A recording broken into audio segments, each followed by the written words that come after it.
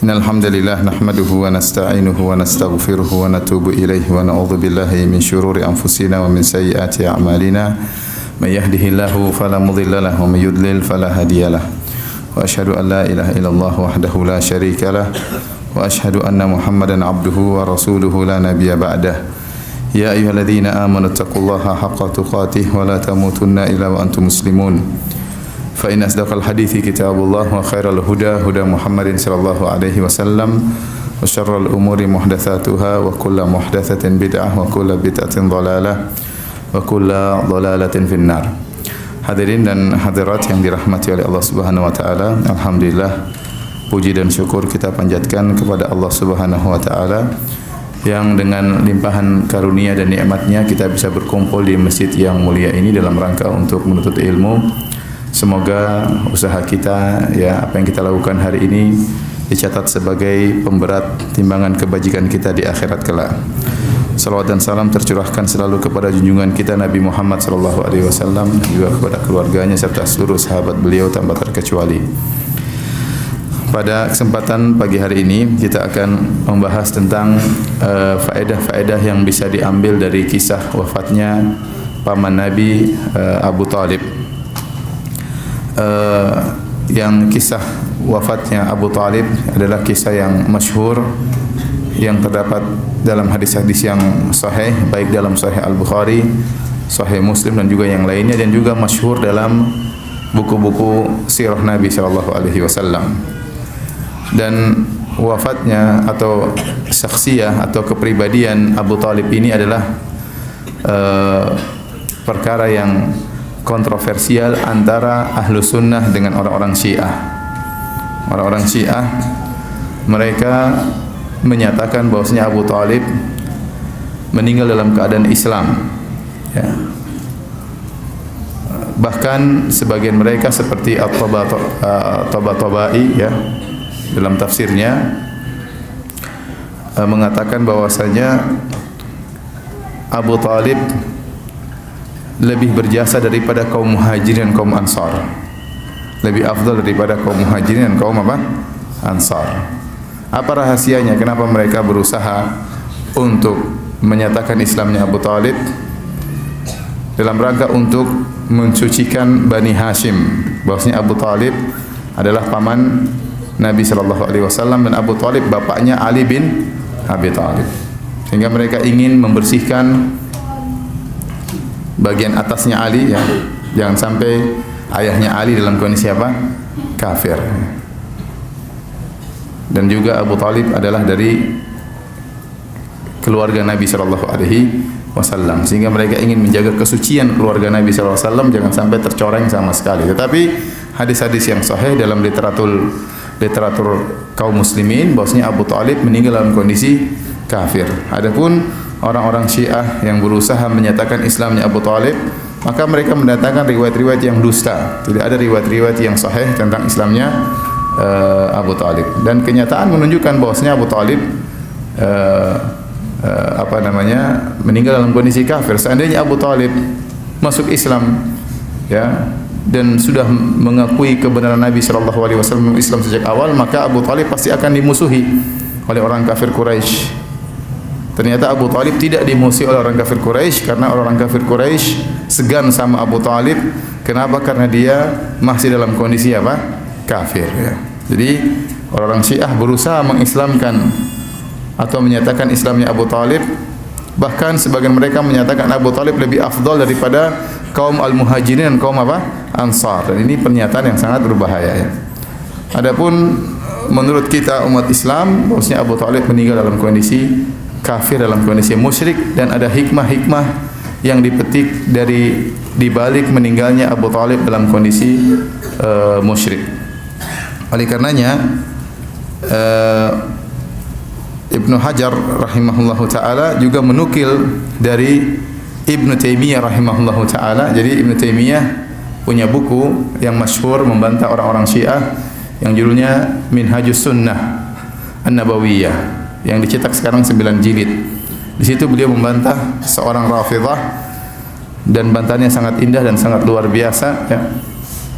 Buku yang sangat indah sehingga diringkas oleh Az-Zahabi rahimahullahu taala. Az-Zahabi ulama besar dari mazhab Syafi'iyah meringkas buku Minhajus Sunnah Nabawiyah, dan sebagian perkataan Ibnu Taimiyah dinukil oleh Ibnu Hajar dalam Fathul Bari.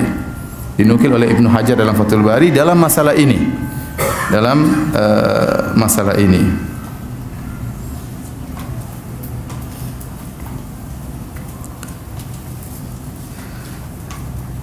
Saya bacakan perkataan Ibnu Hajar rahimahullahu taala. Beliau berkata,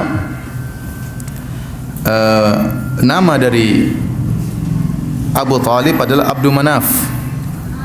Abu Talib nama aslinya siapa? Abdu Manaf, ya. Wasmuhu indal jami' Abdu Manaf. Ini kata Ibnu Hajar, penulis Fathul Bari, dalam Fathul Bari. Dia berkata, dan nama Abu Talib menurut seluruh ulama adalah Abdu Manaf. Wa syadza man qala Imran.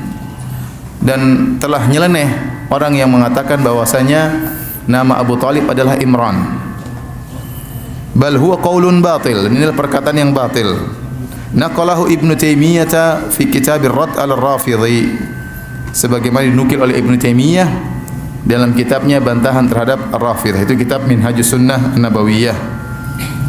Anna ba'd ar-Rawafid, Ibnu Taimiyah menukil bahwasanya sebagian orang-orang Syiah za'ama menyangka anna qaulahu ta'ala inna Allah astafa Adam wa Nuha wa ala Ibrahim wa ala Imrana alal alamin. Dalam surat Ali Imran ada firman Allah, sungguhnya Allah telah memilih Adam, memilih Nuh, memilih keluarga Ibrahim wa ala Imran, dan memilih keluarga Imran. Maksudnya kata orang-orang Syiah, Ali Imran di situ maksudnya Alu Abi Talib, karena Abu Talib namanya Imran. Allah telah memilih keluarga Imran, maksudnya keluarga Abu Talib. Jadi Abu Talib bukan cuma masuk surga, bahkan Abu Talib dipuji oleh Allah dalam apa? Al-Quran. Jadi surat Ali Imran itu artinya surat Ali Abu Talib. Orang Syiah ngawur kalau sudah apa?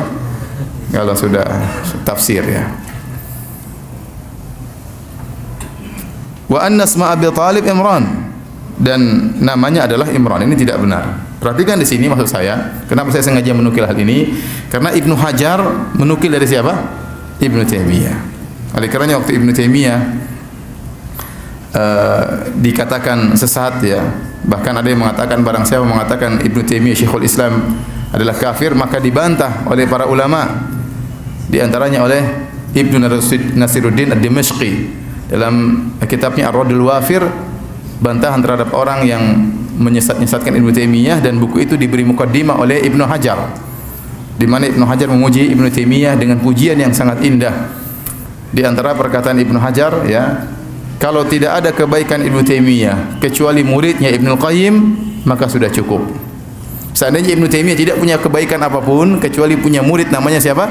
Ibnu Qayyim, maka sudah cukup tentang keagungan Ibnu Taimiyah rahimahullahu taala. Bagaimana lagi dengan keluasan ilmunya. Jadi Ibnu Qayyim adalah salah satu kebaikan dari kebaikan Ibnu Taimiyah rahimahullahu taala. Jadi Ibnu Hajar aja menukil dari siapa? Ibnu Taimiyah. Kemudian datang orang sekarang mengatakan Ibnu Taimiyah sesat dan menyesatkan. Ya, ini orang dai seperti ini, dai yang keblinger, ya. Ya, tidak tahu diri, kemudian mengatakan Ibnu Taimiyah sesat dan menyesatkan. Ibnu Taimiyah saja perkataannya dinukil oleh siapa? Ibnu Hajar Al-Asqalani rahimahullahu taala. Taib. Jadi maksud saya, Abu Talib adalah tokoh yang kontroversial antara Syiah dan apa? Sunnah. Antara Syiah dan Ahlu Sunnah. Ahlu Sunnah menganggap Abu Talib di neraka, orang Syiah menganggap Abu Talib di mana? Di surga. Bahkan lebih baik daripada Abu Bakar dan Umar. Bahkan ada surat Ali Imran, artinya surat apa? Alu Abi Talib. Karena nama Abu Talib siapa? Imran. Taib. Sekarang kita bacakan tentang kisah wafatnya Abu Talib sebagaimana termaktub dalam Sahih Al-Bukhari dan juga dalam Sahih Muslim. Diriwayatkan, ya, dari Ibnu Syihab Az-Zuhri, dia berkata, akhbarani Sa'id ibn al-Musayyib an abihi, dari Al-Musayyib bin Huzn, qala, atau bin Hazan, ya. Qala lamma hadarat Abu Talibin al-wafatu ja'ahu Rasulullah sallallahu alaihi wasallam. Jadi yang meriwayatkan hadis ini adalah Al-Musayyib, dan dia seorang sahabat radhiyallahu taala anhu. Dia bercerita tatkala Abu Talib telah datang kepadanya kematian, yaitu akan meninggal dunia.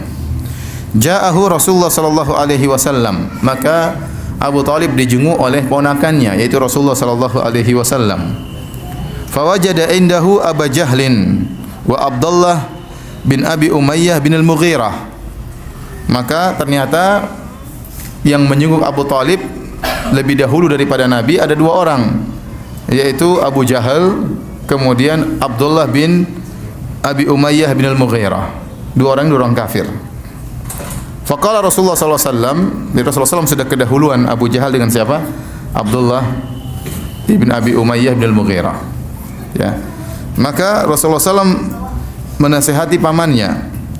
Faqala Rasulullah SAW bersabda, "Ya ammi, qul la ilaha illallah kalimatan asyhadu laka biha indallah." Wahai pamanku, ucapkanlah la ilaha illallah, suatu kalimat yang aku akan bersaksi bagimu di sisi Allah. Dalam riwayat yang lain, uhaju laka indallah, aku akan berhujjah, berargumen di hadapan Allah untuk membelamu wahai pamanku. Ucapkanlah la ilaha illallah, aku akan berargumen dengan kalimat ini membelamu di hadapan Allah. Dalam riwayat yang lain, ujadilu, saya akan berjidal, berdebat untuk membelamu wahai pamanku di hadapan Allah Subhanahu wa taala. Nabi mendakwai pamannya, siapa tahu pamannya masuk Islam. Faqala Abu Jahlin wa Abdullah bin Abi Umayyah, maka rupanya dua orang ini Abu Jahal dan Abdullah bin Abi Umayyah juga berdakwah. Mereka berkata, "Ya Abu Talib, wahai Abu Talib, atarghabu an millati Abdul Muttalib? Apakah kau benci dengan agama bapakmu Abdul Muttalib?" Falam yazal Rasulullah sallallahu alaihi wasallam ya'riduha alaihi. Rasulullah SAW mengulangi lagi kepada pamannya, "Wahai pamanku, ucapkan la ilaha illallah, suatu kalimat yang aku akan bela engkau di hadapan Allah." Wa yu'idu lahu tilkal maqalata. Dan Rasulullah SAW mengulangi lagi perkataan tersebut, mengulang-ulanginya. Hatta qala Abu Talib, akan tapi ternyata dua orang ini juga mengulang-ulangi. Nabi berdakwah, dia juga berdakwah. Nabi bersabda, Abu Jahal juga bersabda. Repot ya. Abu Jahal lagi dua orang kan. Jadi Nabi kalah provokasi. Nabi satu, mereka berapa? Berdua. Ya. Hatta qala Abu Talib akhir ma kallamahum, sampai akhirnya apa yang dikatakan oleh Abu Talib terakhirnya, huwa ala millati Abdul Muttalib, dia berada di atas agamanya bapaknya Abdul Muttalib. Wa aba an yaqula la ilaha illallah, dan dia enggan mengucapkan la ilaha illallah. Faqala Rasulullah sallallahu alaihi wasallam, maka Rasulullah SAW berkata, "Ama wallahi la astaghfiranna laka ma lam unha anka." Demi Allah, ketahuilah, demi Allah aku akan mohon ampunan bagimu wahai pamanku selama aku tidak dilarang untuk memohon ampunan bagimu. Fa anzalallahu azza wa jalla, maka Allah turunkan firman-Nya, "Ma kana lin nabi wal ladzina amanu ay yastaghfiru lil musyrikin." Tidak pantas bagi nabi dan juga orang-orang yang beriman untuk mohon ampunan bagi orang-orang musyrikin walau kanu uli qurba, meskipun orang-orang musyrikin tersebut adalah karib kerabat mereka. Min ba'di ma tabayyana lahum annahum ashabul jahim, setelah jelas bagi mereka bahwasanya karib kerabat mereka itu adalah penghuni neraka jahanam. Wa anzalallahu ta'ala fi Abi Talib, dan Allah menurunkan ayat khusus kepada Abu Talib. Ya. Faqala li Rasulillah sallallahu alaihi wasallam, maka Allah berkata kepada Nabi sallallahu alaihi wasallam, "Innaka la tahdi man ahbabta." Kau tidak bisa beri hidayah, petunjuk kepada orang yang kau cintai. Jadi Nabi sangat cinta kepada Abu Talib. Tapi kata Allah, kau tidak bisa beri hidayah kepada Abu Talib. Walakinnallaha yahdi man yasha. Dan Allah yang memberi hidayah kepada siapa yang Allah kehendaki. Wa huwa a'lamu bil muhtadin, dan Allah lebih tahu tentang siapa orang-orang yang mendapat hidayah. Baik hadirin dan hadirat yang dirahmati oleh Allah Subhanahu wa taala, dalam riwayat yang lain dalam Sahih Muslim dari Abu Hurairah radhiyallahu taala anhu, Rasulullah sallam qala Rasulullah sallallahu alaihi wasallam li ammihi, Rasulullah sallam berkata kepada pamannya, "Qul la ilaha illallah asyhadu laka biha yaumal qiyamah." Wahai pamanku, ucapkanlah la ilaha illallah, aku akan bersaksi bagimu dengan kalimat ini pada hari kiamat kelak. Abu Talib berkata, "Laula an tu'ayyirani Quraisyun." Saya ingin mengucapkan tapi saya takut akan saya dicela oleh orang-orang Quraisy. Yaqulun, mereka berkata, "Innama hamalahu ala dzalikal jaza'u la aqrartu biha ainak." Mereka akan berkata, sungguhnya Abu Talib itu mengucapkan la ilaha illallah karena rasa sakit yang dia rasakan. Dalam riwayat yang lain, ya, sebagian ulama mengatakan al-jaza'u, dalam sebagian ulama mengatakan al-khara'u, yaitu karena dia lemah. Ya, karena dia lemah, maka dia mengucapkan la ilaha illallah, bukan karena dia dari qanaah, dari apa namanya? Karena sadar, karena ngerti, ya. Dia takut dicela oleh orang Quraisy. La aqrartu biha ainak. Seandainya saya tidak takut dicela oleh orang Quraisy, saya akan mengucapkan la ilaha illallah dan akan menyenangkan hatimu wahai ponakanku.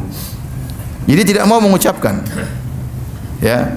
Fa anzalallah, maka Allah turunkan firman-Nya, innaka la tahdi man ahbabta walakinallaha yahdi man yasha. Sungguhnya engkau wahai Muhammad tidak bisa beri petunjuk kepada orang yang kau cintai, tetapi Allah beri petunjuk kepada orang yang Allah kehendaki, dan Allah lebih mengetahui siapa yang berhak mendapatkan petunjuk. Oleh karenanya, di antara perkataan masyhur dari Abu Talib, beliau berkata, walaqad alimtu bi anna dina Muhammadin min khairi adyanil bariyati dina walaula al malamatu wa hidharu masabbatin wa hadharu masabbatin lawajadtani samhan bidzaka mubina. Kata beliau Abu Talib, sungguh aku telah mengetahui bahwasanya agamanya Muhammad adalah agama terbaik dari seluruh agama manusia. Jadi di Jazirah Arab ada berbagai macam agama, ada agama Yahudi, ada agama Nasrani, ada agama musyrikin penyembah berhala, ya. Ada penyembah bintang-bintang, ada penyembah malaikat, ya. Kata dia, saya telah mengetahui agama Muhammad ini adalah agama yang terbaik di antara agama-agama yang ada. Kalau bukan karena cercaan orang-orang Quraisy dan karena khawatir saya dicaci maki oleh mereka, la wajadtani samhan bidzaka mubina. Kau akan dapati aku akan menerima agama Islam dan akan terang-terangan mengatakan Islam, tapi saya takut dicerca. Akhirnya Abu Talib meninggal dalam kondisi musyrik. Oleh karenanya telah datang hadis-hadis menunjukkan Abu Talib disiksa oleh Allah Subhanahu wa taala. Ya. Di antaranya dalam hadis dari Abu Sa'id Al-Khudri radhiyallahu taala anhu, bahwasanya beliau mendengar Nabi sallallahu alaihi wasallam berkata tatkala disebutkan tentang pamannya Abu Talib, maka Rasulullah SAW berkata, la'allahu tanfa'uhu syafa'ati yaumal qiyamah fayuj'alu fi dhahdahin minan nar yablughu ka'baihi yaghli minhu dimaguhu. Kata Nabi, semoga syafaatku bermanfaat bagi pamanku pada hari kiamat kelak. Fayuj'alu fi dhahdahin minan nar, maka dia akan diletakkan di dhahdah minan nar. Dhahdah itu semacam percikan kalau orang melewati misalnya apa namanya kolam yang rendah, ya, dia melewati air yang apa namanya tidak dalam, ya, sehingga airnya cuma mengenai kakinya atau mengenai apa percikannya cuma mengenai mata kakinya, kedua mata kakinya. Maka Rasulullah SAW mengatakan yuj'alu fi dhahdahin minan nar, maka dia akan diletakkan di neraka tapi dengan api yang sedikit saja yang hanya mengenai kakinya, ya bulughu ka'baihi, api tersebut paling maksimal hanya sampai di kedua mata kaki Abu Talib. Yaghli minhu dimaguhu, akan tapi api yang sedikit tersebut membuat otaknya mendidih, ya. Dan disebutkan dalam riwayat yang lain, ahwanu ahli nar adzaban Abu Talib, penghuni neraka jahanam yang paling ringan siksaannya adalah Abu Talib. Yang siksaan yang paling ringan tersebut hanyalah api yang mengenai kakinya, tapi ternyata membuat otaknya apa? Mendidih. Kemudian juga dalam hadis yang lain, Al-Abbas bin Abdul Muttalib radhiyallahu anhu, Al-Abbas pamannya Nabi sallallahu alaihi wasallam, saudaranya Abu Talib. Ya, Rasulullah SAW punya paman yang banyak, ya. Di antaranya Al-Abbas, di antaranya Hamzah. Ada 4 paman Nabi yang bertemu dengan Nabi waktu Nabi berdakwah. Di antaranya Al-Abbas dan Hamzah, Abu Lahab dan Abu Talib. Ini 4 paman Nabi sallallahu alaihi wasallam. 2 masuk Islam, 2 kafir. Yang masuk Islam Al-Abbas dan siapa? Hamzah. Hamzah meninggal dalam perang Uhud.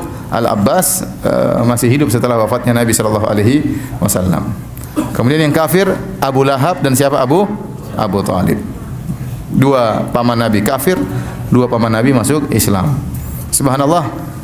Paman Nabi yang kafir nama-namanya nama-nama musyrikin.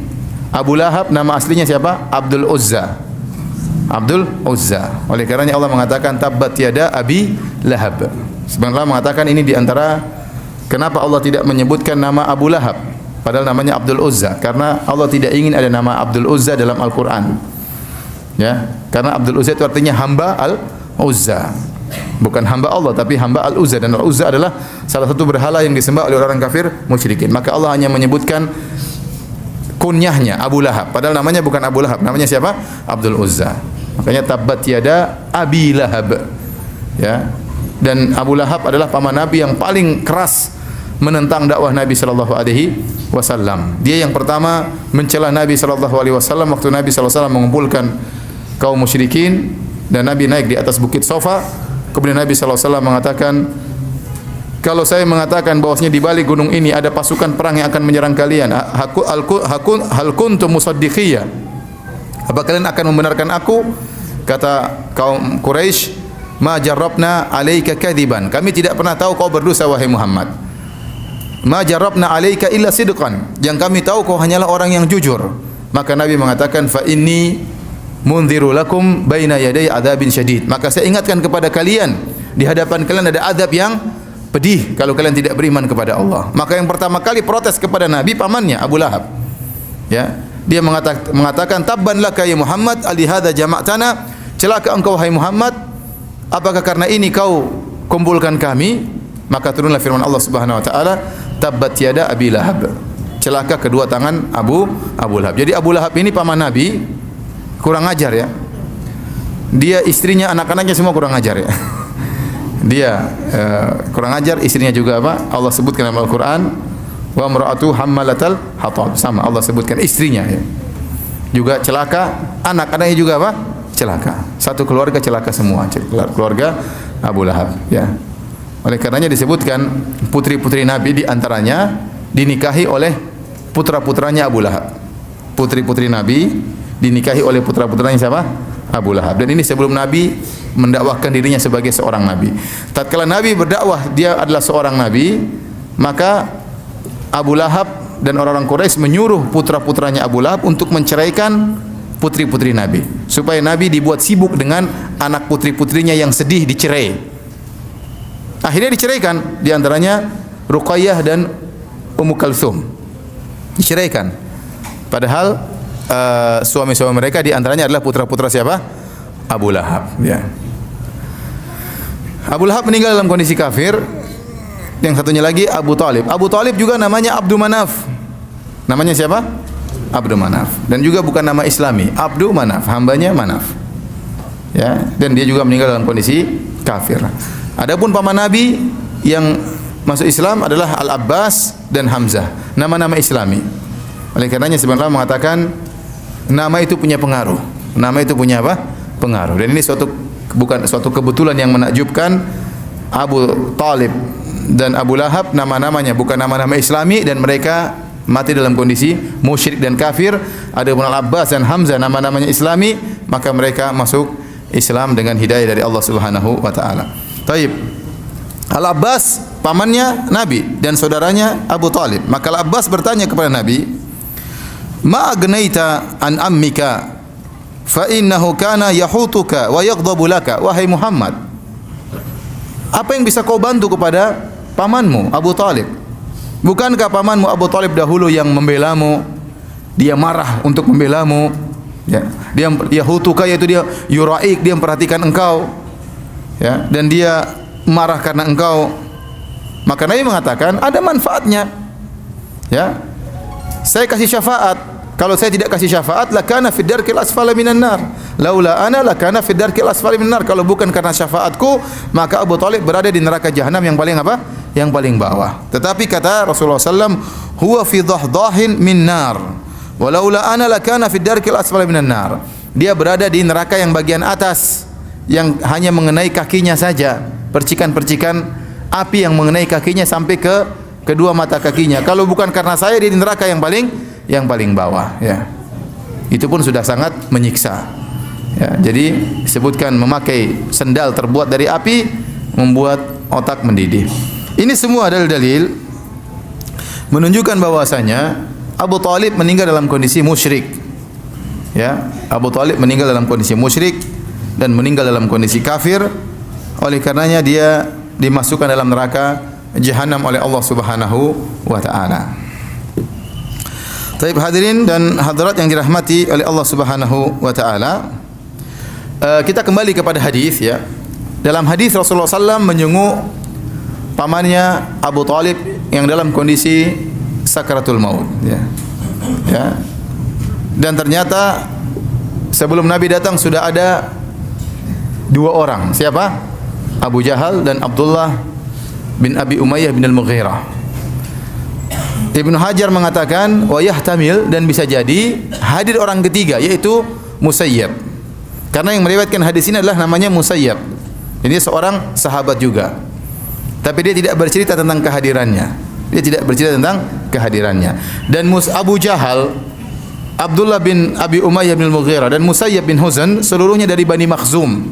Dari Bani Makhzum, Al-Makhzumi. Dan Al-Makhzumi ini kabilah dari Quraisy. Kabilah dari Quraisy yang mereka bersaing dengan Bani Hashim. Bani Hashim itu adalah kabilahnya Nabi Muhammad sallallahu alaihi wasallam. Yang dua-duanya kembali kepada kabilah Quraisy. Kembali kepada kabilah Quraisy.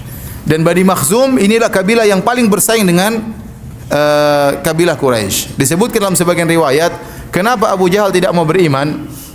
Ya, padahal dia tahu kebenaran tentang Rasulullah sallallahu alaihi wasallam. Dia mengatakan dengan kesombongannya, Abu Jahal ini, dan dia dari Bani Makhzum, dia mengatakan, kalau kami bersaing dengan Bani Hashim, Bani Hashim berbuat baik kepada jemaah haji, kami Bani Makhzum juga berbuat baik kepada jemaah haji. Kami selalu berlomba dalam kemuliaan, sehingga orang-orang mengetahui kemuliaan Bani Hashim sebagaimana kami Bani Makhzum juga diakui kemuliaan kami. Apakah tatkala dari Bani Hashim ada ngaku sebagai nabi? Nah, kalau begini kita pasti kalah. Ya. Jadi kalau Muhammad ngaku sebagai nabi, saya enggak mungkin ngaku sebagai nabi. Saya tidak punya mukjizat. Istilahnya Abu Jahal dia pintar. Dia bilang, sekarang tiba-tiba muncul dari Bani Hashim, kita selalu bersaing nih. Dalam kebaikan, mereka beri makan kepada fakir miskin, kami beri makan kepada fakir miskin. Mereka beri bantuan kepada fakir miskin, kami Bani Makhzum juga beri bantuan kepada fakir miskin. Sehingga Bani Makhzum dan Bani Hashim bersaing. Sekarang tiba-tiba muncul dari Bani Hashim orang ngaku sebagai nabi. Wah, saya enggak mungkin ngaku sebagai apa? Nabi. Nabi Abu Jahal tidak punya apa? Tidak punya mukjizat. Oleh karenanya supaya kami tetap bersaing, saya tidak mau ngaku dia sebagai apa? Nabi. Itu sebabnya karena hasad. Jadi Abu Jahal tidak mau beriman kepada Nabi SAW karena apa? Karena hasad. Dan mereka sebaya antara Nabi SAW dengan Abu Jahal. Abu Jahal ini sebelum datang Rasulullah SAW mendakwakan Islam, dia dijuluki oleh kaumnya dengan Abul Hakam. Itu orang yang pemberi keputusan atau orang yang bijak, ya. Begitu dia tidak masuk Islam, digelari oleh dengan apa? Abu Jahal, si goblok. Abu Jahal namanya apa? Si goblok. Jadi rupanya dia tidak masuk Islam gara-gara itu. Jadi mereka tiga dari Banu Makhzum. Subhanallah, dua orang ini masuk Islam. Abu Jahal tewas dalam perang Badar, tewas, ya. Sementara Abdullah bin Abi Umayyah bin Al-Mughirah Al-Makhzumi masuk Islam. Ada khilaf, ada yang mengatakan dia masuk Islam, dia termasuk orang-orang yang membaiat Nabi di bawah pohon Ridwan tatkala tahun 6 Hijriah. Ada yang mengatakan dia masuk Islam tatkala Fatuh Makkah tahun 8 Hijriah. Padahal dia dahulu sangat kencang terhadap kaum musyrikin. Di antaranya Al-Musayyib. Al-Musayyib juga masuk Islam. Sebenarnya hidayah, ya. Dua orang masuk Islam, satu temannya masuk neraka, ya. Jadi Abdullah bin Umayyah bin Al-Mughirah masuk Islam, demikian juga Al-Musayyib akhirnya masuk Islam. Jadi ada kemungkinan Al-Musayyib juga hadir dalam menjenguk siapa? Abu Talib. Baik hadirin dan hadirat yang dirahmati oleh Allah Subhanahu wa taala.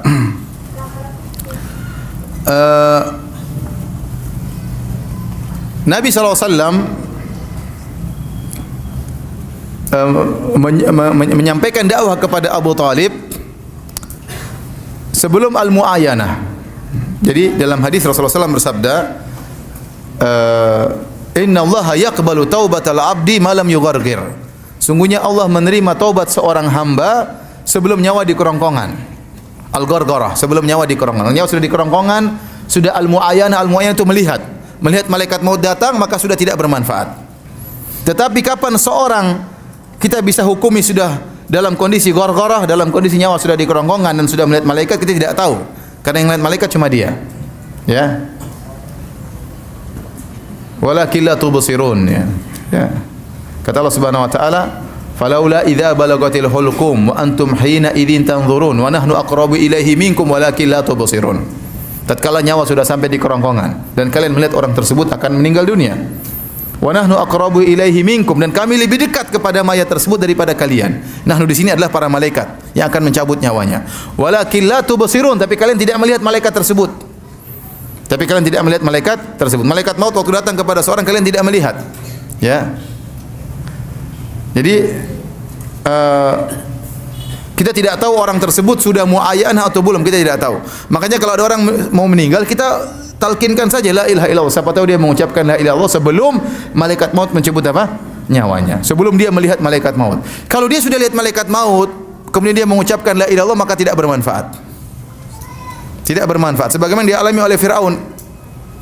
Fir'aun kata Allah Subhanahu wa taala, hatta idza adrakahul gharaqu qala amantu annahu la ilaha illa alladhi amanat bihi banu Israil wa ana minal muslimin. Tatkala dia akan tenggelam, maka dia berkata la ilaha illallah. Jadi Fir'aun meninggal mengucapkan apa? La ilaha illallah. Namun tidak bermanfaat. Kenapa? Dia sudah melihat malaikat maut di hadapannya. Ya, oleh karenanya malaikat Jibril segera mengambil pasir untuk masukkan pasir ke dalam mulut siapa? Fir'aun. Karena kalau dia komat kamit terus, khawatirnya Allah ampuni nanti. Karena Allah Maha Pengampun lagi Maha Penyayang. Ya. Jibril tidak mau Fir'aun apa? Diampuni. Karena Fir'aun kurang ajar ya. Oleh karenanya kata para ulama, Fir'aun tidak bermanfaat meskipun dia mengucapkan la ilaha illallah, dan Fir'aun mengucapkan la ilaha illallah. Amantu annahu la ilaha illa alladhi amanat bihi banu Israil. Aku beriman bahwasanya tidak ada Tuhan yang berhak disembah kecuali Tuhannya Bani Israel, kecuali Allah. Wa ana minal muslimin, dan saya masuk Islam. Kata Allah, al-ana wa qad asaita qablu wa kunta minal mufsidin. Sekarang baru kau sadar wahai Fir'aun, sebelumnya kau ya termasuk orang yang melakukan kerusakan. Maka tidak diterima la ilaha illallahnya. Kenapa? Karena dia sudah mendapati hal al-muayyanah. Dia sudah melihat malaikat maut datang. Ya. Oleh karenanya kata para ulama, Nabi SAW waktu mendakwahi pamannya Abu Talib untuk mengucapkan la ilaha illallah sebelum malaikat maut datang. Di antara buktinya Abu Talib masih mendengar dialog antara Nabi SAW dengan Abu Jahal, bantah-bantahan. Kata Rasulullah, "Qul ya ammi la ilaha illallah kalimatan uhajulaka biha indallah." Wahai pamanku, ucapkan la ilaha illallah, kalimat yang aku akan bela engkau di akhirat kelak. Abu Jahal mengatakan, ya, atarghabu an millati Abdul Muttalib, apa kau benci dengan agama bapakmu? Nabi mengulangi lagi, "Wahai pamanku." Jadi dia masih belum ada malaikat maut. Makanya masih terjadi dialog antara Muhammad dengan sallallahu alaihi wasallam dengan Abu Jahal dan teman-temannya. Sampai akhirnya wa aba an yaqula la ilaha illallah. Ya, ini menunjukkan seorang kalau mengucapkan la ilaha illallah sebelum melihat malaikat maut maka bermanfaat. Tapi kalau setelah melihat malaikat maut maka tidak bermanfaat iman mereka. Tidak bermanfaat iman mereka kalau sudah melihat malaikat maut. Nah, Ustaz, bagaimana kita tahu orang ini sudah melihat malaikat maut atau tidak? Antum tidak akan tahu. Oleh karena siapa saja yang akan meninggal suruh ucapkan la ilaha illallah. Kalau dia mati dalam kondisi mengucapkan la ilaha illallah, zahirnya dia Islam. Ya, kita tidak tahu apakah dia lihat malaikat maut atau tidak. Tapi kita suruh dia mengucapkan la ilaha illallah. Karena Rasulullah mengatakan, "Man kana akhiru kalamihi la ilaha illallah dakhala al-jannah." Barang siapa yang akhir kalamnya la ilaha illallah akan masuk surga. Taib.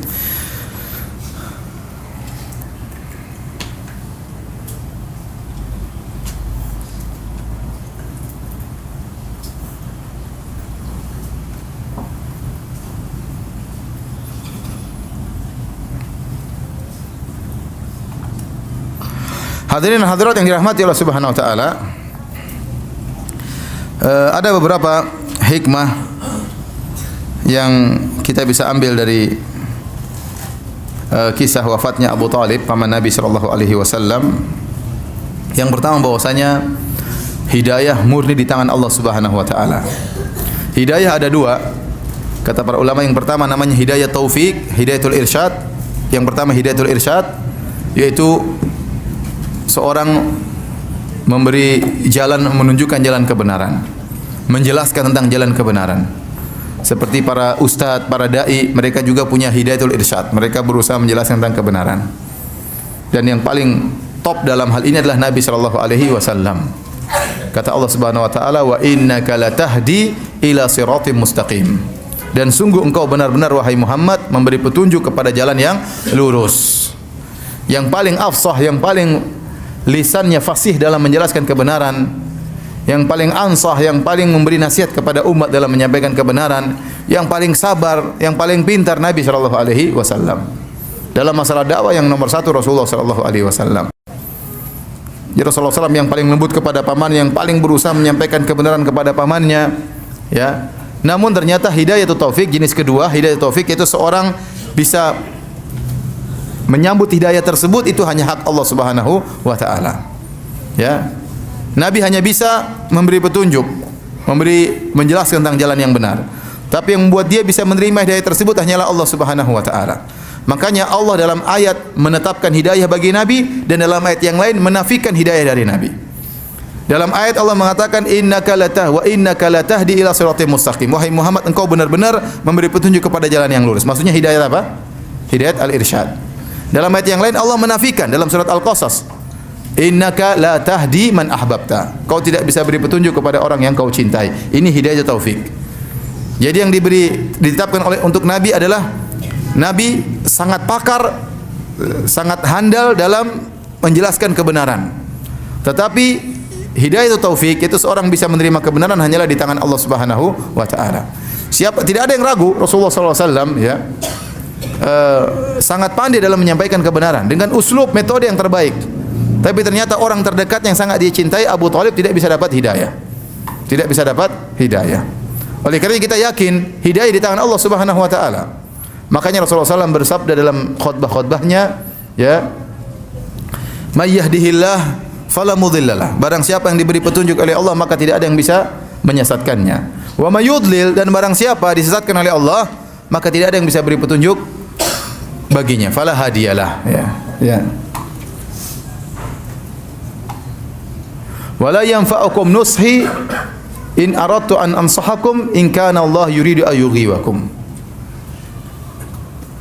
Kata Nabi Nuh alaihissalam kepada umatnya, tidak bermanfaatkan nasihatku. Nasihatku tidak akan bermanfaat bagi kalian. Kalau meskipun saya ingin beri nasihat kepada kalian, in kana Allah yuridu ayyughiwakum. Kalau Allah ingin menyesatkan kalian, percuma, kata Nabi Nuh. Nabi Nuh berdakwah berapa tahun Nabi Nuh? 950 tahun. Alfa sanatin illa khamsina aman, 950 tahun. Dan dakwah Nabi Nuh luar biasa.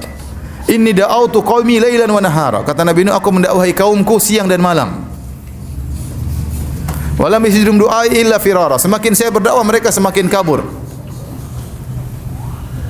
Wa inni da'autum litaghfira lahum ja'alu asabi'ahum fi adhanihim wastaghshaw thiyabahum. Kalau saya dakwahi mereka, kata Nabi Nuh alaihi salam, mereka memasukkan jari-jari mereka di telinga mereka. Antum bayangkan, antum mau berdakwah, Ustaz mau dakwah, silakan Ustaz. Kurang ajar kok kaum Nabi Nuh. Nabi Nuh datang, mereka ambil kain tutup telinga mereka dengan kain tersebut. Tidak mau lihat Nabi Nuh. 950 tahun seperti itu. Ya. 950 tahun. Siang dan malam Nabi Nuh berdakwah. Wa asrartu lahum israra. Kemudian Nabi Nuh menggunakan metode dengan terang-terangan, dengan sembunyi-sembunyi. Semua metode digunakan 950 tahun. Tapi ternyata orang terdekatnya yang dia cintai tidak bisa dapat hidayah. Istrinya kafir, putranya juga apa? Kafir. Sampai di akhir lahzah, di akhir kesempatan, tatkala sudah turun hujan, kemudian air sudah keluar dari tanah, kemudian sudah ombak besar, Nabi Nuh masih mendakwahi putranya. Ya bunayyar kam ma'ana wa la takum ma'al kafirin. Wahai putraku, naiklah ke atas kapal bersamaku. Jangan kau termasuk orang-orang yang kafir. Maka anaknya tetap aja ngeyel, ya. Dia mengatakan, aku akan sampai ke puncak gunung yang akan menyelamatkan aku. Akhirnya wahala bainahumal mauju fakana minal mughraqin. Akhirnya anaknya dibawa oleh ombak kemudian mati. Jadi anak yang paling dia cintai pun tidak bisa dapat hidayah. Mau saya hidayah benar-benar murni di tangan Allah Subhanahu wa taala. Ya. Jangan salah paham. Sebenarnya orang mengatakan, Ustaz, istri saya suruh ngaji enggak mau. Hidayah di tangan Allah. Istrinya Nabi Nuh aja kafir. Istrinya Nabi Lut aja kafir, istri saya biarin. Tidak, bukan begitu ya. Antum jangan berdalil dengan Nabi Nuh. Nabi Nuh dakwanya berapa tahun? 950 tahun. Ente baru dakwah cuma sekali-sekali, kemudian bilang istri saya tidak dapat hidayah kayak istri Nabi Nuh. Ya. Ya, ente tidak sabar seperti Nabi Nuh alaihissalam. Ya, kecuali kalau ente sudah dakwah, udah pelan-pelan, kemudian sudah kasih hadiah, tetap saja tidak mau ngaji, itu benar, itu hidayah di tangan Allah. Tapi baru sekali, kemudian sudah putus asa, itu enggak benar. Ya. Nabi Nuh tidak putus asa 950 tahun. Baru kemudian Allah turunkan apa? Azab kepada mereka. Ini bukan kesabaran tingkat rendah. Ini kesabaran tingkat tinggi, super sabar 950 tahun. Dengan model audiens yang kurang ajar ya. Saya bisa bayangkan tadi. Ya, silakan Nuh mau berdakwah silakan.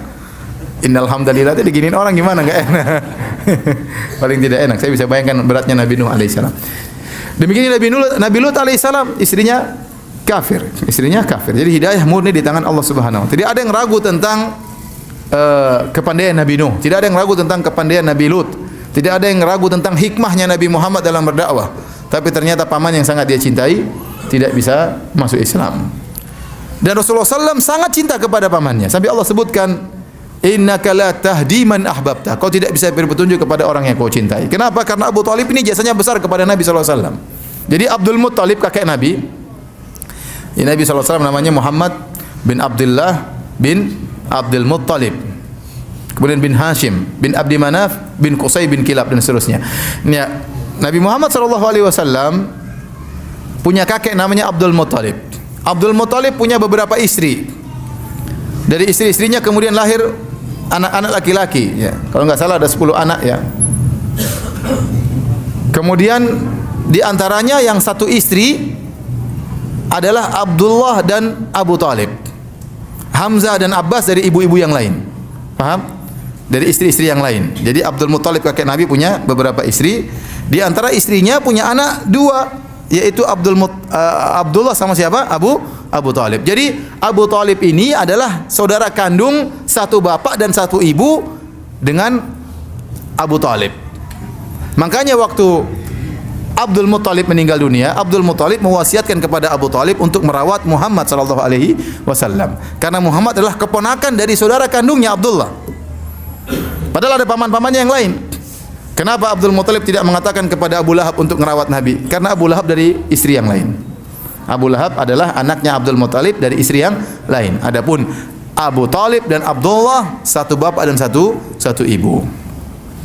Oleh karenanya waktu umur 8 tahun Abdul Muttalib meninggal, kakeknya Nabi, maka kemudian dirawat oleh siapa? Nabi dirawat oleh Abu Talib. Oleh karenanya jasa Abu Talib sangat luar biasa. Jasa Abu Talib sangat luar biasa. Dari sini kita bisa ambil faedah yang kedua, hikmah yang kedua, bahwasanya orang kafir sebaik apapun kalau dia tidak beriman kepada Allah Subhanahu wa taala, maka tetap di neraka jahanam. Tetap di neraka jahanam. Tidak ada yang bisa mengalahkan kebaikan Abu Talib. Abu Talib ini luar biasa baiknya. Ya. Dia rela mati untuk ponakannya. Dia rela mati untuk ponakannya.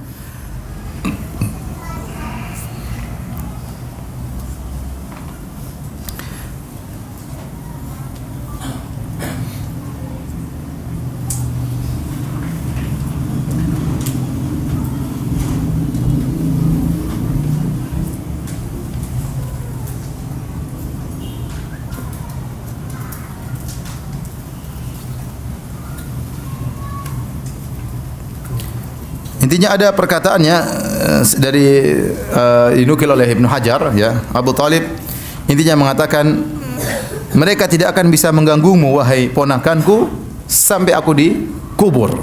Aku akan bela terus engkau sampai aku dikuburkan. Jadi benar-benar dia jasanya kepada Nabi luar biasa. Ya. Pertama di antara jasa Abu Talib, dia yang merawat Nabi sallallahu alaihi wasallam. Dan kita tahu Nabi Muhammad itu yatim piatu. Tidak punya ayah, tidak punya ibu, dan merawat anak yatim pahalanya luar biasa. Ya kata Rasulullah sallam, as-sa'i fil armalah wal aitam kal mujahid fi sabilillah. Seorang yang berusaha untuk memberikan kebaikan kepada anak-anak yatim dan kepada para janda seperti orang yang berjihad di jalan Allah Subhanahu wa taala. Ya. Jadi kalau antum ingin berjihad tanpa pedang, di antaranya urusi anak-anak yatim dan urusi juga para janda, ya. Anak yatim janda juga, jangan anak yatim aja. Janda juga. Janda jangan yang muda aja, yang tua juga. Ini namanya berjihad di jalan Allah Subhanahu wa taala. Kemudian juga dalam hadis Rasulullah SAW mengatakan, ana wa kafilul yatim kahataini fil jannah. Aku dan pengurus anak yatim seperti dua jari ini di surga. Jadi dekat dengan Nabi sallallahu alaihi wasallam. Ini pahala besar merawat anak-anak yatim. Apalagi anak yatim tersebut ternyata Muhammad sallallahu alaihi wasallam. Jadi kita tahu bagaimana jasanya Abu Talib. Ya, luar biasa merawat Nabi Muhammad sallallahu alaihi wasallam. Maka Nabi sangat sayang kepada Abu Talib. Dan Abu Talib ini orang yang miskin. Dia orang terpandang nasabnya tinggi tapi dia miskin. Makanya waktu Nabi SAW sudah besar, Nabi menyuruh anak-anaknya dibagi-bagi. Ali bin Abi Thalib diambil oleh Nabi. Kenapa Abu Thalib tidak mampu merawat siapa? Ali. Kemudian Ja'far diambil oleh siapa lagi? Diambil oleh pamannya kalau nggak salah Abbas. Tinggal Aqil kalau nggak salah di Abu Thalib. Jadi anak-anaknya dibagi-bagi. Karena Abu Thalib dalam kondisi apa? Miskin. Ya, tapi dia orang terpandang karena nasabnya tinggi. Anaknya Abdul Muthalib. Abdul Muthalib adalah pimpinan orang-orang Quraisy. Ya. Jadi Abu Thalib orang yang sangat baik. Tetapi meskipun baiknya luar biasa, tidak bermanfaat baginya tatkala dia meninggal dalam kondisi musyrik. Dan ada orang-orang seperti ini yang kebaikannya luar biasa, tapi ternyata di neraka jahanam. Contoh seperti Abdullah bin Jud'an. Abdullah bin Jud'an, kata Aisyah radhiyallahu taala anha, "Ya Rasulullah, Abdullah bin Jud'an kana yasilur rahim, kana yaqrid dhaif, kana yut'im at-ta'am, hal yanfa'uhu dzalik?" Wahai Rasulullah, bagaimana Abdullah bin Jud'an? Dahulu adalah orang yang baik, suka menyambung silaturahmi, suka memberi makan kepada fakir miskin, suka menjamu tamu. Apakah bermanfaat? Kata Rasulullah SAW, la, tidak bermanfaat. Lam yakul yauman qat rabbi ghfirli khati'ati yaumiddin. Dia tidak pernah berkata, ya Allah ampuni dosa-dosaku pada hari kiamat kelak. Maka Abdullah bin Jud'an meskipun baik, meninggal dalam kondisi musyrik, maka tidak bermanfaat kebaikannya. Contoh orang yang baik lagi seperti Amr bin Luhai al-Khuzai. Amr bin Luhai al-Khuzai disebutkan dalam buku-buku sejarah seperti Akhbar Makkah, ya, Lil Azruqi, kemudian juga Al-Bidayah wa Nihayah karya Ibnu Katsir. Bagaimana Amr bin Luhai al-Khuzai adalah seorang yang sangat dermawan, sering memberikan makanan yang begitu banyak kepada jemaah haji. Namun kata Nabi SAW, "Ra'aitu Amr bin Luhai al-Khuzai yajurru qasbahu finnar." Aku melihat Amr bin Luhai al-Khuzai menggeret ususnya di neraka jahanam. Kenapa? Li'annahu awwalu man sayyaba sawaib. Karena orang yang pertama kali melakukan kesyirikan di kota Makkah. Kebaikannya tidak bermanfaat. Contohnya juga Hatim. Ada sahabat namanya Adi bin Hatim. Adi bin Hatim dulu Nasrani kemudian masuk Islam. Dan ayahnya Hatim At-Ta'i terkenal orang yang sangat dermawan. Maka dia bertanya kepada Nabi, "Ya Rasulullah, bagaimana dengan bapak saya? Dulu begini dermawan sekali, terkenal kebaikannya." Karena kata Nabi sallallahu alaihi wasallam, "Kana abuka yuridu amran fa adrakahu." Bapakmu dulu waktu berbuat baik, dia ingin sesuatu bukan karena Allah Subhanahu wa taala. Yaitu ada yang mengatakan dia ingin dipuji, maka dia dapatkan pujian tersebut. Orang semua sekarang kenal dia, orang yang sangat dermawan, tapi dia tidak dapat apa-apa. Percuma dia meninggal dalam kondisi apa? Musyrik. Jadi orang sebaik apapun, kalau dia meninggal dalam kondisi musyrik maka tidak bermanfaat, ya. Saya pernah ditanya, "Ustadz, bagaimana dengan Bunda Teresa? Bukankah Bunda Teresa adalah orang yang baik? Masa dia di neraka jahanam?" Ya, saya katakan Bunda Teresa saya tidak kenal siapa dia itu, ya. Ya, tidak pernah WhatsAppan juga, enggak pernah. Saya enggak tahu. Ya. Tetapi kalau dia meninggal dalam kondisi musyrik, percuma. Mana lebih besar jasanya? Dia atau Abu Thalib? Mana lebih besar jasanya? Dia atau Abu Thalib? Abu Thalib lebih besar jasanya. Ngerawat anak yatim tersebut Muhammad sallallahu alaihi wasallam. Meskipun akhlaknya baik terhadap manusia, tidak berakhlak kepada Allah Subhanahu wa taala. Tidak berakhlak. Jadi sering saya sampaikan. Kita diciptakan oleh Allah, kata Allah, "Ma khalaqtul jinna wal insa illa liya'budun." Tidaklah aku ciptakan jin dan manusia kecuali untuk beribadah kepadaku. Itu tujuan kita diciptakan, untuk mentauhidkan Allah Subhanahu wa taala. Ternyata kemudian kita diciptakan kita tidak beribadah kepada Allah, maka bahkan kita mengambil tandingan-tandingan bagi Allah. Kita berbuat kesyirikan, berarti kita tidak beradab dan tidak berakhlak kepada Allah meskipun kita berakhlak kepada orang lain. Percuma, tidak ada faedahnya. Kalau Anda tidak berakhlak kepada Allah, Anda tidak ada nilainya di sisi Allah Subhanahu wa taala. Ibarat saya sering sampaikan contoh sederhana, ada dua orang tua, ayah dan ibu, telah berjasa terhadap anaknya. Ibunya telah mengandungnya 9 bulan, kemudian menyusuinya, ayahnya sudah mencari nafkah setengah mati, membanting tulang, kemudian bekerja keras untuk mendidik anaknya. Kemudian anaknya besar, disekolahkan di luar negeri, dibiayai semuanya dengan habis-habisan, mungkin ayahnya jual rumah, jual mobil dan macam-macamnya. Kemudian setelah sampai besar, anak tersebut ternyata berbakti kepada ayah yang lain, ternyata berbakti kepada ibu yang lain. Kira-kira ayahnya marah atau tidak? Kurang ajar seperti ini. Sama, Allah Subhanahu wa taala sudah kasih kita fasilitas, kasih pendengaran, penglihatan, akal, pikiran, kasih rizki yang tiada henti-hentinya. Kemudian kita beribadah kepada selain Allah Subhanahu wa taala. Makanya dalam hadis Ibnu Mas'ud bertanya kepada Nabi sallallahu alaihi wasallam, "Ayu dzambi a'zam?" Ya Rasulullah, dosa apa yang paling besar? Maka Kata Nabi SAW, anta ja'ala lillahi niddan wa huwa khalaqak. Engkau mengambil tandingan bagi Allah, yaitu kau menyembah kepada selain Allah, padahal yang ciptakan engkau cuma Allah Subhanahu wa taala. Tidak boleh seperti ini. Namanya tidak beradab. Kalau ada anak durhaka tidak beradab kepada orang tuanya, padahal yang kasih fasilitas orang tuanya. Ya sama kalau Anda punya istri, Anda melamar seorang wanita, kemudian Anda bayar mahar mahal, ya. Belum lagi uang naik kalau orang Bugis, ya. Uang naik itu kasih mertua, ya. Orang Jawa uang naik turun gratis. Jadi uang naik bayar, kemudian mahar lagi bayar, kemudian walimah bayar, kemudian ternyata istri Anda gemuk minta ke salon Anda bayar, mungkin sedot lemak dan macam-macamnya. Kemudian setelah dia cantik, kemudian dicium sama orang. Kira-kira gimana? Ini kurang ajar ini, istri kurang ajar ya. Sudah dikasih semua fasilitas, kemudian dinikmati oleh orang lain. Dia baktinya diserahkan bukan kepada suaminya tapi kepada lelaki yang lain. Ini kurang ajar namanya. Maka saya katakan, orang sebaik apapun, akhlaknya seindah apapun, tetapi kalau dia ternyata tidak berakhlak kepada Allah, neraka jahanam. Berbeda dengan pendapat orang-orang liberal. Orang liberal mengatakan, agama itu yang penting adalah mengantarkan kepada akhlak yang baik. Mau agamanya apa saja, mau musyrik, enggak apa-apa. Yang penting akhlaknya baik. Kalau dia akhlak baik, masuk surga. Kita bilang enggak benar ini. Enggak benar. Karena meskipun dia akhlaknya baik kepada manusia, kalau akhlaknya bejat kepada Allah, masuk neraka. Dan saya sering sampaikan, bagaimana menurut Anda wahai orang liberal tentang orang yang ateis, tidak percaya sama Tuhan, tapi akhlaknya baik? Kalau orang ateis ini akhlaknya baik, masuk surga atau masuk neraka? Menurut orang-orang liberal masuk apa? Masuk surga. Menurut orang liberal masuk surga. Gimana kita masukkan dalam surga sementara dia tidak percaya surga? Orang-orang ateis tersebut tidak percaya adanya Tuhan, apalagi surga.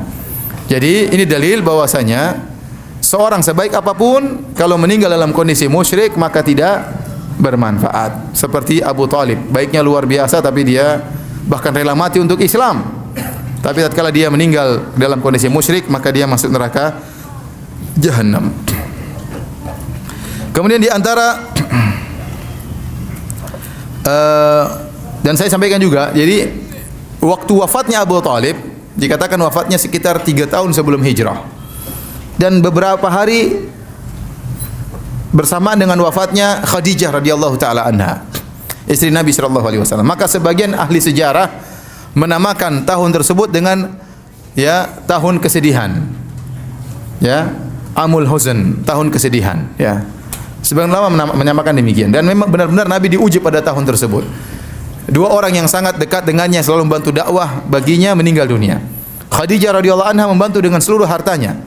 Saudagar, kaya raya, memberikan hartanya seluruh kepada Nabi sallallahu alaihi wasallam.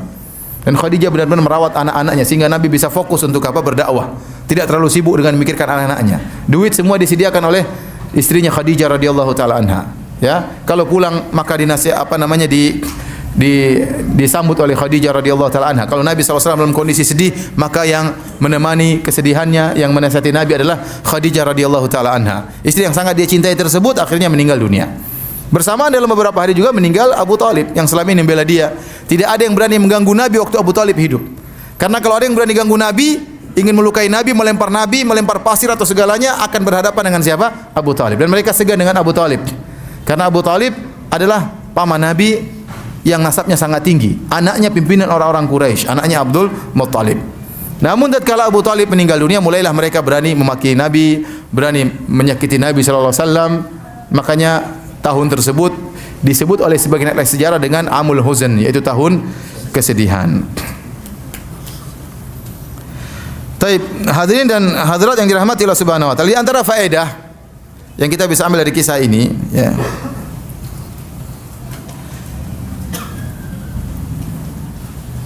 bahwasanya pengakuan tentang kebenaran tidak menjadikan seorang masuk Islam sampai diikuti dengan bukti tersebut perkataan maupun perbuatan.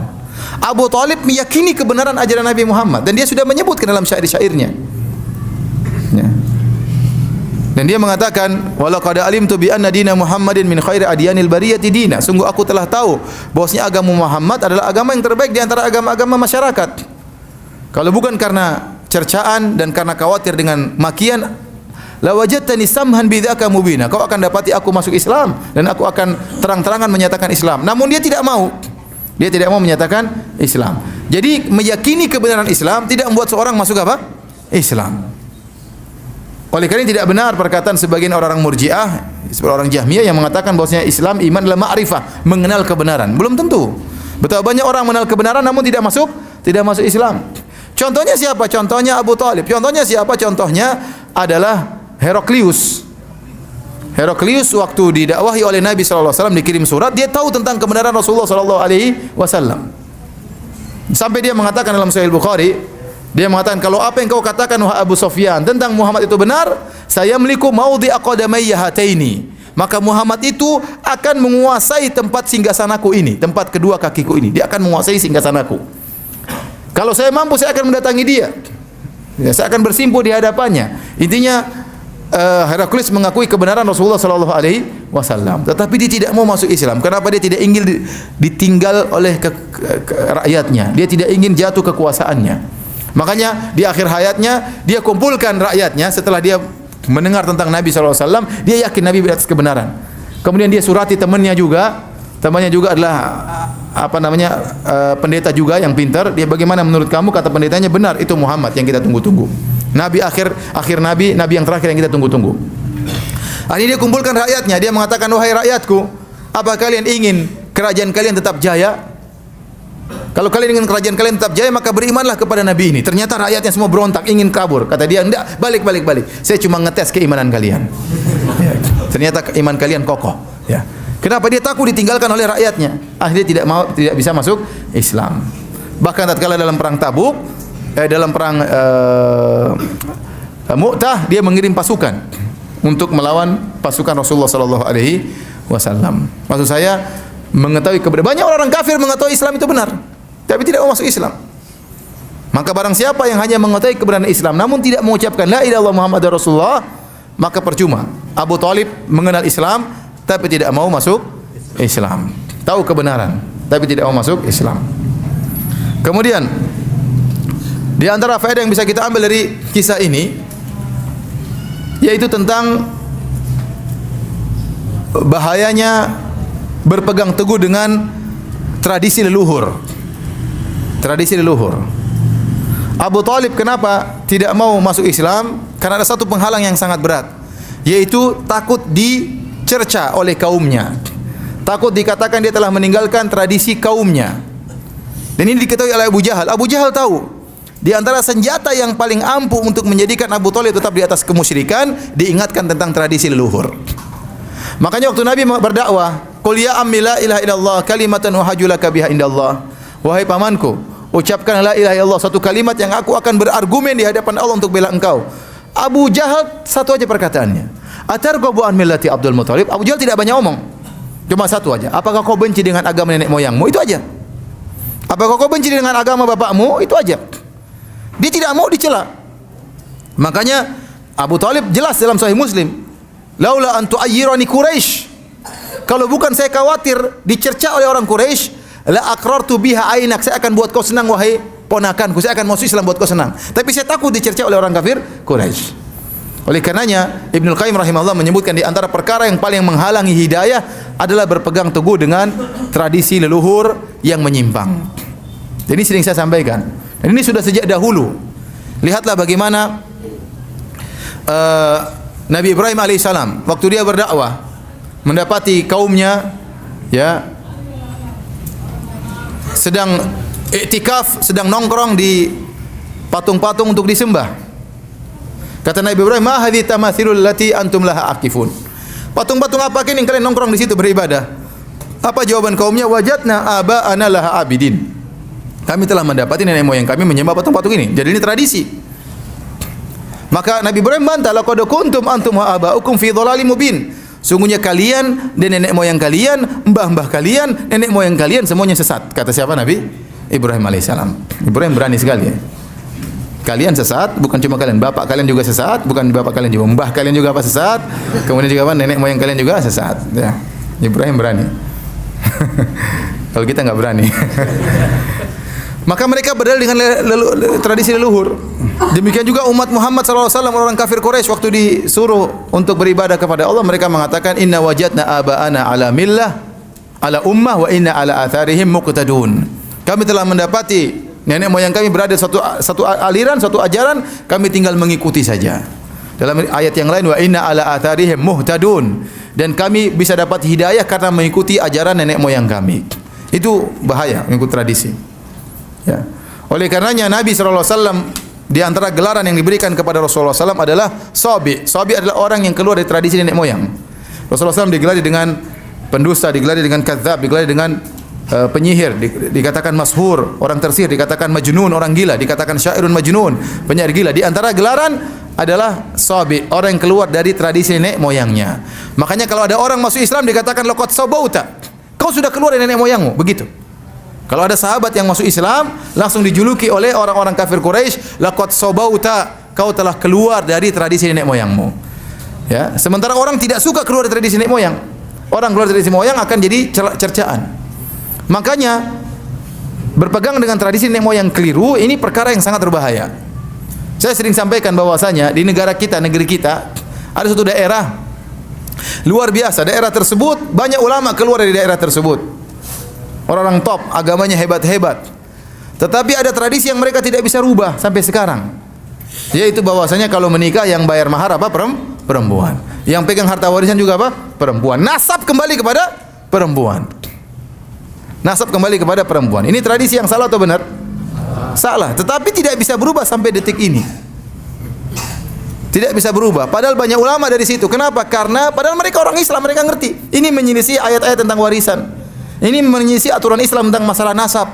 Nasab kok kepada ibu. Yang bayar mahar juga aturan semua salah. Tetapi tidak bisa berubah sampai sekarang. Kenapa? Masalahnya apa? Tradisi. Dan saya rasa tidak berani dai juga berkuar-kuar di sana. Di sana mungkin tidak bisa lagi ke sana, diusir. Makanya kenapa tradisi? Sementara di tanah air kita ada tradisi-tradisi yang maksiat, ada tradisi-tradisi yang syirik. Tradisi yang syirik dan banyak. Oleh karena seorang tradisi ini perkara yang berat. Ya, perkara yang berat. Dan tradisi kita ada yang baik, alhamdulillah. Banyak tradisi kita yang baik. Tradisi yang baik dijaga. Tradisi yang buruk ditinggalkan. Islam datang untuk memfilter tradisi tersebut. Kalau tradisi tersebut benar maka diterima, kalau salah ditolak. Makanya Rasulullah SAW bersabda dalam hadisnya, "Innama bu'itsu liutammima makarimal akhlak." Sungguhnya aku diutus untuk memperbaiki, untuk menyempurnakan akhlak yang mulia. Kata para ulama, kenapa? Karena orang-orang Quraisy tradisi mereka ada yang baik. Tradisi mereka ada akhlak yang baik. Seperti apa? Mereka suka menjamu tamu, mereka jujur, berkorban demi sahabat. Ini tradisinya orang-orang kafir tatkala itu. Nabi disuruh untuk menyempurnakan tradisi itu. Jadi tradisi yang baik dijaga, tradisi yang buruk ditolak. Ya. Itulah fungsi dari syariat, ya. Bukan sebaliknya, tradisi memfilter Islam. Lihat dulu Islamnya cocok enggak dengan Nusantara. Kalau enggak cocok dibuang. Nah, ini enggak benar seperti ini. Kebalik. Nusantara yang harus difilter oleh apa? Tradisi. Bukan tradisi yang memfilter apa? Syariat. Harusnya Nusantara yang difilter oleh syariat, bukan syariat difilter oleh Nusantara. Oleh karenanya Abu Thalib cuma satu sebabnya dia tidak mau masuk Islam, gara-gara takut dicerca, gara-gara takut dikatakan keluar dari tradisi. Dan tradisi nenek moyang bukanlah dalil, ya. Kalau kita jadikan tradisi nenek moyang sebagai dalil, maka tradisi nenek moyang yang mana? Orang Bugis punya nenek moyang, orang Jawa juga punya nenek moyang, orang Batak juga punya nenek moyang, orang Padang juga punya nenek moyang. Terus nenek moyang siapa mau dijadikan dalil? Antum-antum juga kelak jadi nenek moyang. Orang Arab juga punya nenek moyang. Ya, gara-gara ini Abu Thalib tidak mau masuk Islam gara-gara bertahan dengan tradisi. Kemudian di antara faedah yang bisa kita ambil para hadirin dan hadirat yang dirahmati oleh Allah Subhanahu wa taala, larangan untuk mohon ampunan bagi orang-orang yang meninggal dalam kondisi musyrik. Abu Thalib meninggal dalam kondisi apa? Musyrik. Ya, sebelumnya ada faedah yang lain. Saya ingin menyampaikan bahwasanya tidak semua keturunan Nabi maksum. Pasti juga selamat dari dosa-dosa. Yang maksum cuma nabinya, paham?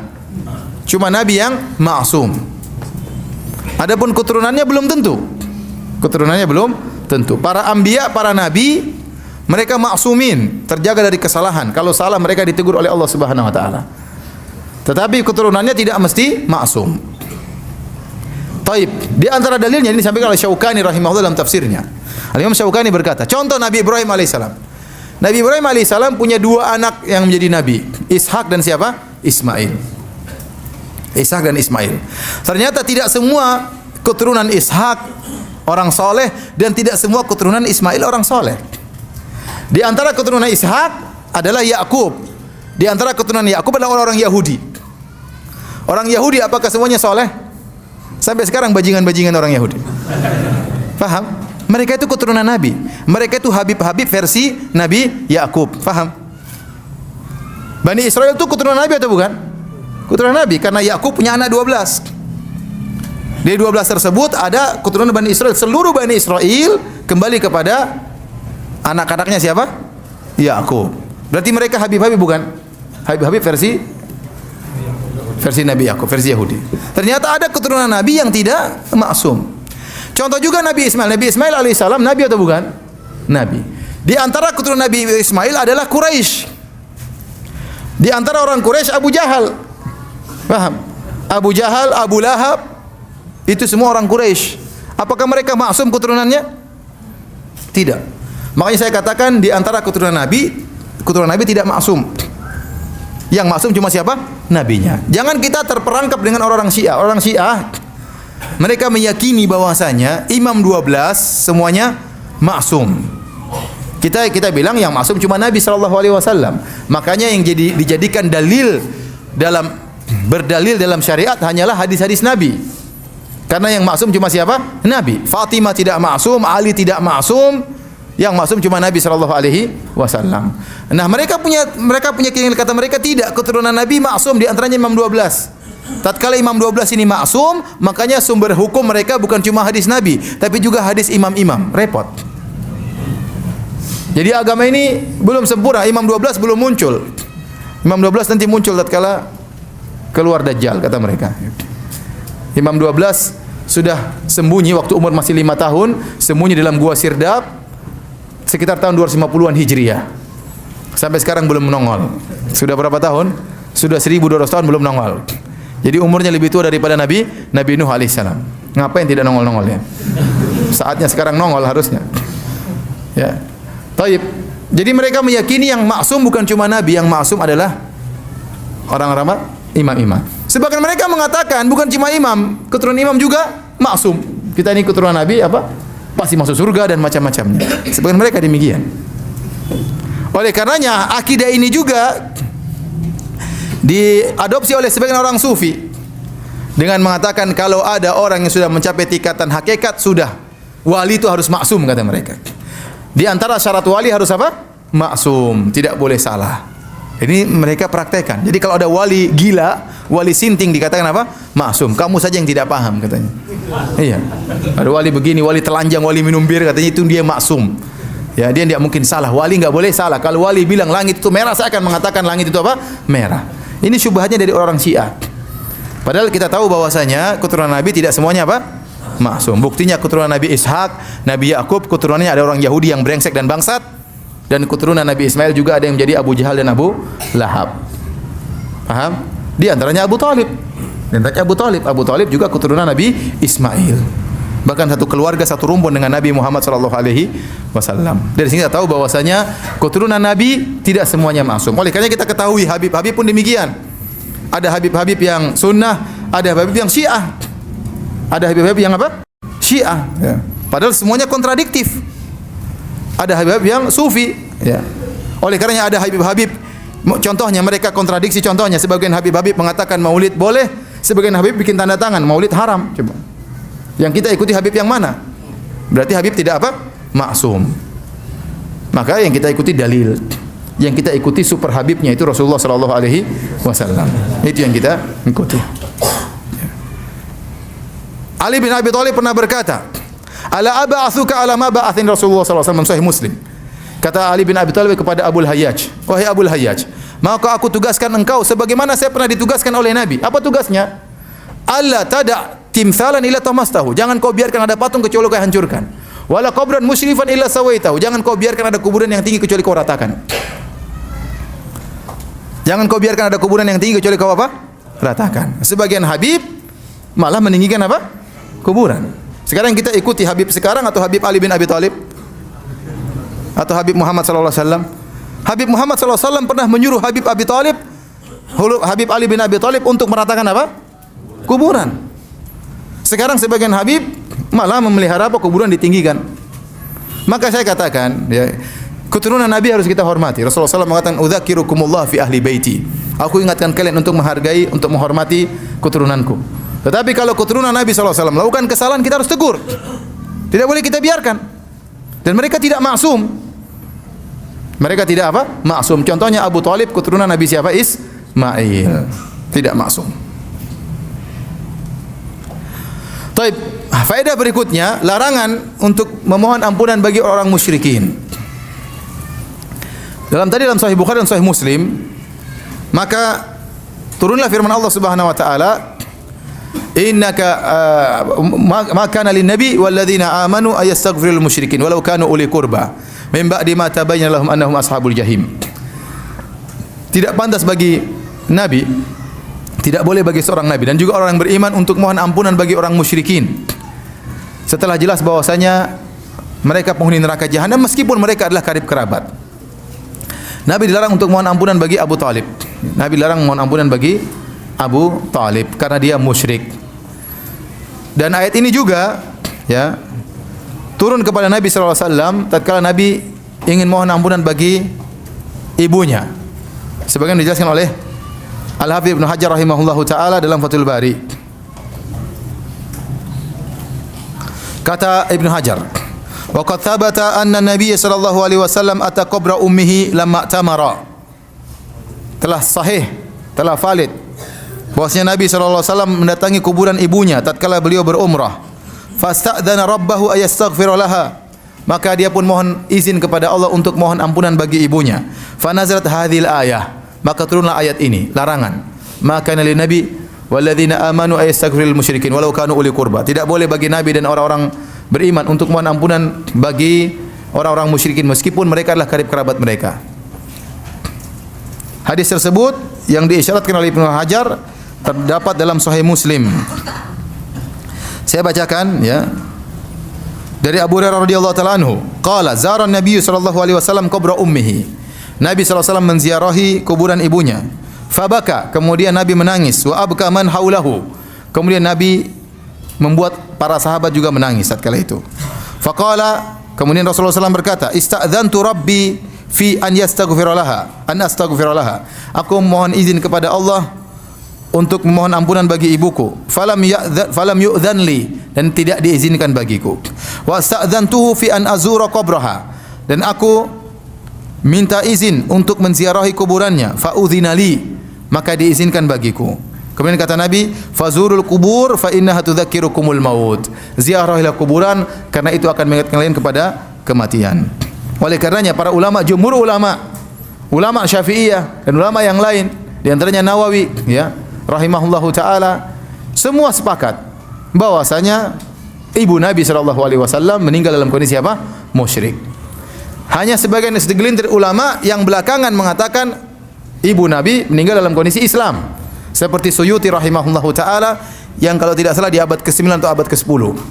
Adapun ulama-ulama sebelumnya, An-Nawawi abad ke-6, kemudian Ibnu Katsir Az-Zahabi, para syurahul hadis, semuanya berpendapat bahwasanya ibu Nabi meninggal dalam kondisi apa? Musyrik, karena mereka mensahihkan hadis ini. Hadis ini tidak bisa ditakwil. Ya. Maka aneh kalau ada sebagian orang kemudian, ya, mencela orang yang mengatakan ibu Nabi meninggal dalam kondisi musyrik. Kita bukan bahan kajian kita, tidak. Tapi kalau pas kita lewat kita jelaskan. Ngapain juga tiap hari kita bilang ibu Nabi di neraka, ibu Nabi di neraka, ya ngapain? Tapi kalau pas kita lewat kajian tersebut, bahasa ini kita jelasin. Dan ada hikmah di balik itu semua, ya. Ya. Jangan sebaliknya malah, ya, mencela orang yang mengatakan ibu Nabi meninggal dalam kondisi musyrik, ya, dengan tuduhan yang tidak, ya, menyakiti Nabi lah, tidak menghargai Nabi lah, ya, macam-macam lah, ya, mulut kotor dan macam-macamnya. Para ulama yang mengatakan demikian. Para ulama yang mengatakan demikian. Ya, saya hanya menukil perkataan para ulama, bahkan jumhur ulama. Bahkan jumhur apa? Mayoritas apa? Ulama Syafi'iyah.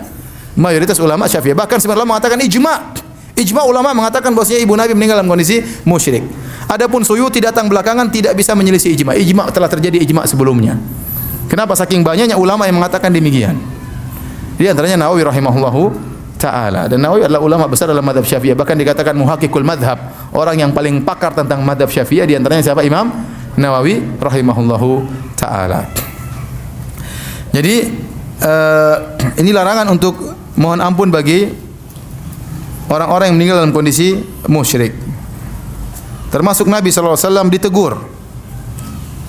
Termasuk Rasulullah SAW ditegur oleh Allah Subhanahu wa taala karena dia pernah mohon ampunan bagi ibunya. Kemudian juga dalam hadis yang lain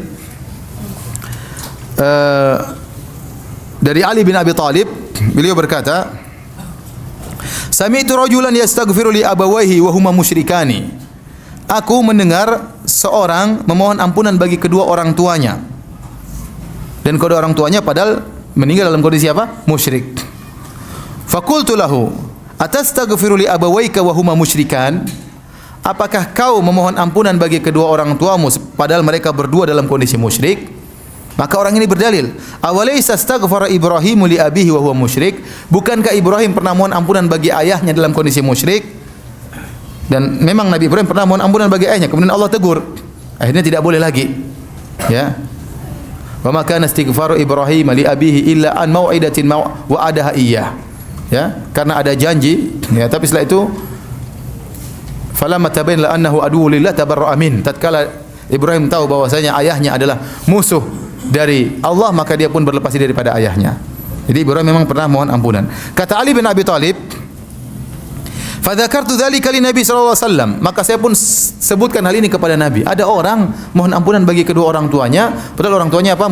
Musyrik. Maka turunlah firman Allah, "Ma kana lin nabi wal ladzina amanu ayastaghfiru lil musyrikin walau kanu uli qurba." Tidak pantas bagi nabi dan orang beriman untuk mohon ampunan bagi orang musyrikin kalau mereka meninggal dalam kondisi musyrik. Jadi ditegur. Ini semua dalil bahwasanya tidak boleh mohon ampunan bagi orang meninggal dalam kondisi musyrik. Adapun menziarahi boleh. Orang tua, misalnya ada orang tua meninggal dalam kondisi kafir, kita ziarahi boleh. Nabi sallallahu alaihi wasallam menziarahi apa? Ibunya. Rasulullah SAW menangis. Para ulama menjelaskan kenapa Rasulullah SAW sedih. Ibunya tidak sempat masuk Islam, meninggal dalam kondisi musyrik. Ya. Oleh karenanya, tidak ada hadis-hadis, satu hadis pun yang menjelaskan Nabi pernah mohon ampunan bagi ayah dan ibunya. Tidak ada dalilnya. Ya, kira-kira kalau ayah dan ibu Nabi meninggal dalam kondisi Islam, kira-kira Nabi sering mendoakan ayah ibunya atau tidak? Pasti datang dalam banyak hadis. Tapi satu hadis pun tidak ada. Jangankan hadis sahih, hadis palsu pun tidak ada. Rasulullah SAW pernah mendoakan ayah dan ibunya. Ini semakin menguatkan bahwasanya ayah dan ibunya meninggal dalam kondisi apa? Musyrik. Memang ada khilaf, tapi saya katakan khilafnya belakangan. Ulama-ulama dulu mengatakan sebagaimana zahirnya hadis. Muncul Imam Suyuti rahimahullah, dan Imam Suyuti bukan orang yang maksum, dia punya kesalahan juga. Dia imam besar, termasuk dia yang mengatakan Imam Suyuti bahwasanya hari kiamat umur umat manusia cuma 1.500 apa? Tahun. Dan itu salah, Imam Suyuti salah. Dia imam besar tapi dia salah. Ya, kita kembali kepada dalil zahir hadis bahwasanya demikian. Rasulullah SAW dilarang, ditegur oleh Allah tatkala mohon ampunan bagi Abu Thalib dan juga bagi ibunya. Oleh karenanya dalam Sunan Nasa'i, ya, dan yang lainnya, waktu Abu Thalib meninggal dunia, maka Ali bin Abi Thalib datang kepada Nabi sallallahu alaihi wasallam. Ali berkata, "Ya Rasulullah, wahai Rasulullah, inna ammaka Syekh ad-Dhal qad mat." Perhatian perkataan Ali. Padahal ini bapaknya sendiri. Jadi Ali berbicara tentang bapaknya Abu Thalib. Dia mengatakan, "Wahai Rasulullah, pamanmu yaitu Abu Thalib, Asy-Syekh ad-Dhal, orang yang tua yang sesat sudah mati."